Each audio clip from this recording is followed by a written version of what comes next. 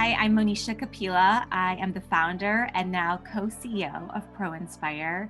I am so excited as we're moving into this co-leadership model at ProInspire. I started the organization in 2009, really based on some of my own personal experiences. I was born and raised in Flint, Michigan as a first generation immigrant. My parents had immigrated from India. And growing up in Flint, I was really involved in my community. I worked with a lot of nonprofits. And when I was coming out of college, I wanted to work in the nonprofit sector, but I didn't see people who looked like me at nonprofits. I also knew that entry level wages at most nonprofits weren't going to be able to support me. And so I started my career in the business world.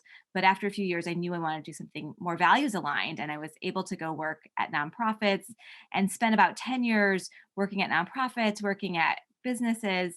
And when I eventually launched ProInspire, it was really thinking about how do we expand talent pipelines into the sector to create more career pathways. But we learned quickly that we need to think about leadership at all levels, as well as how to accelerate equity. And this transition to a co-leadership model was really sparked a few years ago when I started thinking about how are we developing leaders at all levels within our organization, as well as what do we need to do as it relates to succession planning and making sure that there's opportunities for others to take on leadership when it's time for me to leave. And so I was so excited when we brought on you, Bianca, as a director, and wanted you to share a little bit more about your story and what brought you to ProInspire. Yeah, absolutely. I'm Bianca Casanova Anderson, grew up in Dallas, Texas, and think where really start my story is in the classroom.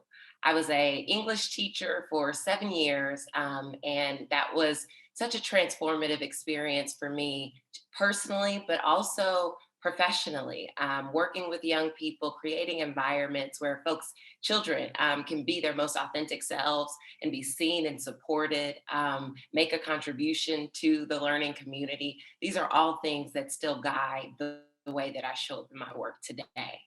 But as I was teaching, one of the things I noticed were those who are most impacted by education, young people, are often the furthest away from decision making, right? And that was an inequity that I really saw and began to experience what the implications of that are. So left the classroom, and led an organization called the Center for Racial Justice in Education. I was the director of our Dallas office. And there we trained teachers, school administrators, anyone who had an impact or a stake in K 12 education around issues of race, racism, and racial bias.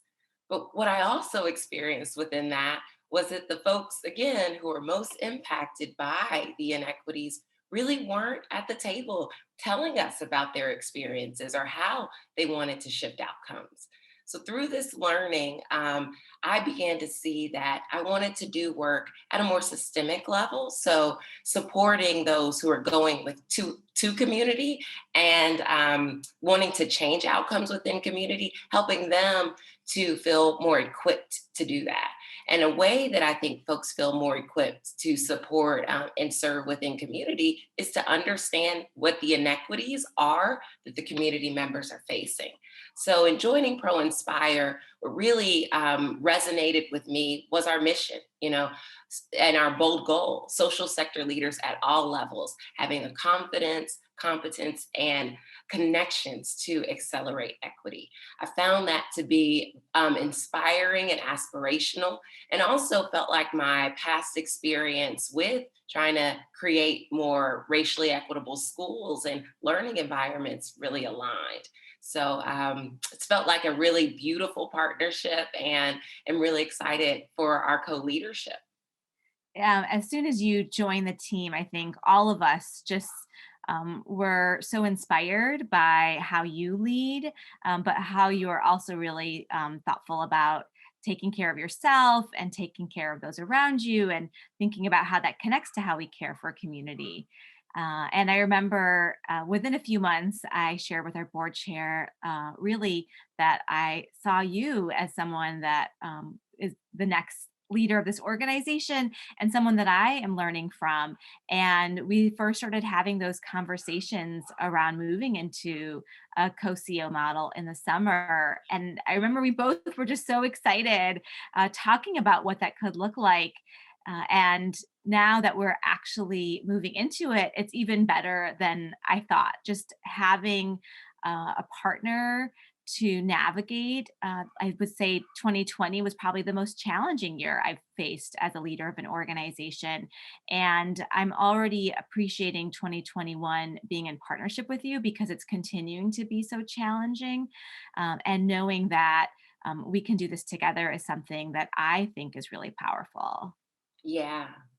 No, I deeply agree with that. I really agree with that because I think part of, especially when I led Center for Racial Justice in Education back in Dallas, one of the most challenging parts was the isolation, was the, trying to feeling like you kind of were on your own, but knowing that you weren't, right? There was so many different community members around, but there's this way that the work or the job often operates that kind of can isolate or insulate leaders. And what excites me about ProInspire as an organization and also our co-leadership model is this shared responsibility. I think sometimes within the social sector, our workloads are, because the work is so urgent and so important, the workload that we take on might not be sustainable. And that has real life implications for people of color within community, but also for people of color who are doing the work inside of organizations. And so being able to create a work environment that is sustainable, to me, it helps us to achieve our goal even more because then we know we're here for the long haul. We know that organizations will be able to call on us because it's not just one person trying to, hold it all by themselves. What was the process for you like as we first started talking about the co CEO model? Yeah, so I think it's a really cool time in the social sector. I came from an organization that had a co-CEO model, and I thought that that was really, really inspiring. Again, around this like sharing responsibility and also bringing different identities into the decision making table, right? Making sure there's more representation.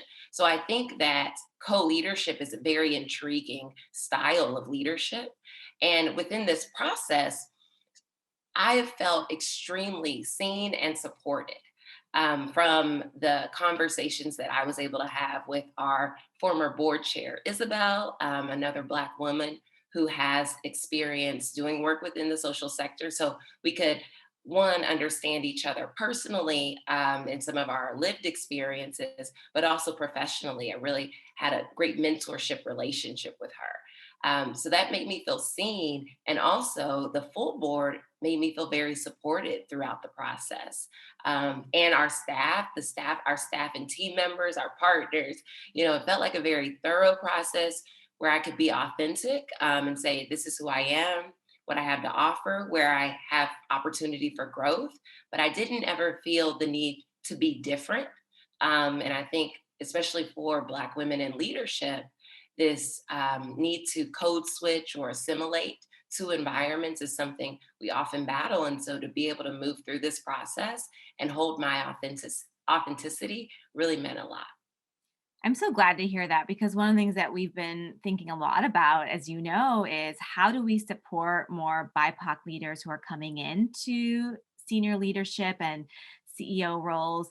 And I've coached many of these folks and was really conscious of and thinking about how are we creating an environment that's really supportive, that enables leaders to bring their full selves and their humanity and their strengths and not to adapt to what the prior leader had or to what I bring. And so I'm glad to hear that the process was able to do that because I think that's actually one of the ways that our sector is really harming, particularly Black women right now, by bringing them into executive director roles, but not actually supporting them to do it in the ways that they want to. Yeah. I appreciate you bringing that up. And I'm curious, so for you as a founder, what were some of the things that you thought about, and what have been some of the things you've been navigating, thinking about moving into this role and being the founder of our organization? Yeah. I think one of the first questions I had was, would you even want to be a co-leader with me as the founder? Because I know that so much of kind of how Pro Inspire has been shaped in the last 12 years is with my direction. And so wanting you to feel like you have the ability to really shift that. And so that was just one piece, which is as a founder, how do I make sure that my partner and co CEO feels like they can really bring their vision to the organization. And I remember having some conversations with our board about that. We have some board members who had had great experiences with co leadership models, but some who said, there can be challenges when there's differences in vision. And then the board has to navigate that. And I said, I think if that happens, the board really needs to coach me to step back because part of this is preparing the organization for when I leave, and that means supporting your vision. And so that's something I try to remind myself of regularly of, where are the places where I can share, this is what we've learned, this is what we've done in the past, but where are there also places where I say, and how do you want to do this going forward? Because just because it's something we've done in the past doesn't mean it's the way that we should do it going forward. And that's part of what you bring is so much new leadership to the organization and to the vision for what we can do. Thank you for that. What would you say has been, one victory? So we've been in this co-CEO model for like a month now. What would you say has been one victory for us? Well, I think one victory is that we've been able to really celebrate it and celebrate you. I reached out to a number of our different communities, whether it's board members and alumni and partners, and just the response before we announced it was so exciting and encouraging. And then we had our impact call, and the impact call came during a really challenging week as we were just all experiencing so many emotions with the violence that has been happening around police brutality. And still, I think people really wanted to celebrate this moment, both for the organization, but also for you, of just really celebrating what it means to have you as co leader of the organization. What do you think has been a victory for you? Yeah, I definitely felt so loved and celebrated, and that gives me hope for and inspiration for just moving into this role. So I definitely would double click on that one. But I think also the expansion of our team during this moment, as you said earlier, 2020 was personally and I think organizationally such a challenging year, and it really also increased the demand for conversations about race equity within organizations, especially in the social sector.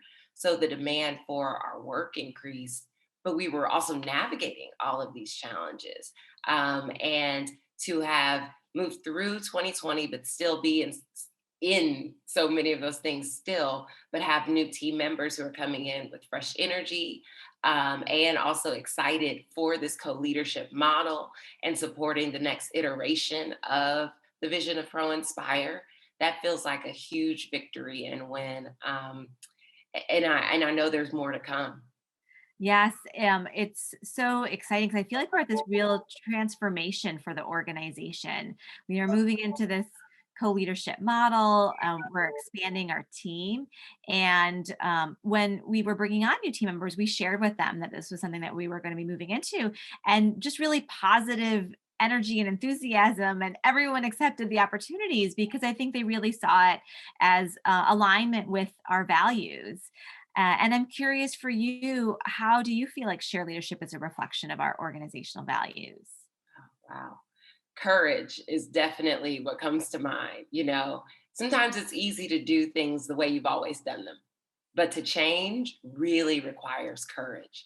And what we're doing right now, individually, personally, but also organizationally, is change, right? We're changing the way we've done things, and that requires courage. So it reminds me of that. Also, equity, right? We're thinking about what is it that different folks need. So within our relationship, our co-leadership, we may not always need the same thing, right? So how do we actually both get what we need to be able to do our work well and thrive?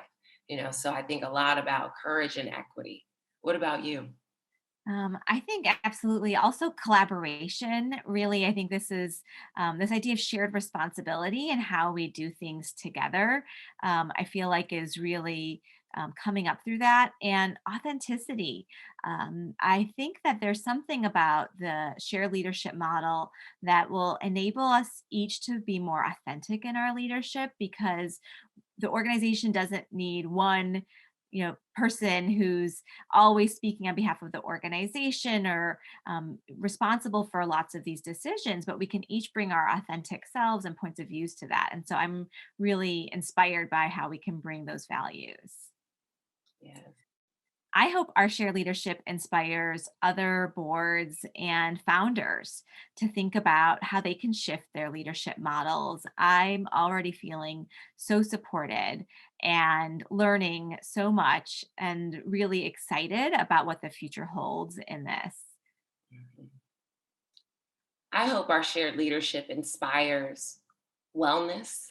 I hope it inspires creativity, and I hope it inspires imagination. Hope that different decision makers within the social sector take some time to think about how can we work well together, be fully human, be in our workplaces and contribute, but also have life outside of work, right? Be able to be well, and also taking that wellness and allowing it to spark some creativity and reimagining these structures within our organizations and how we think leadership can and should show up. Well, I'm so excited to be in this journey with you. Me too. Looking forward to all the beauty that we're going to create together and with our community.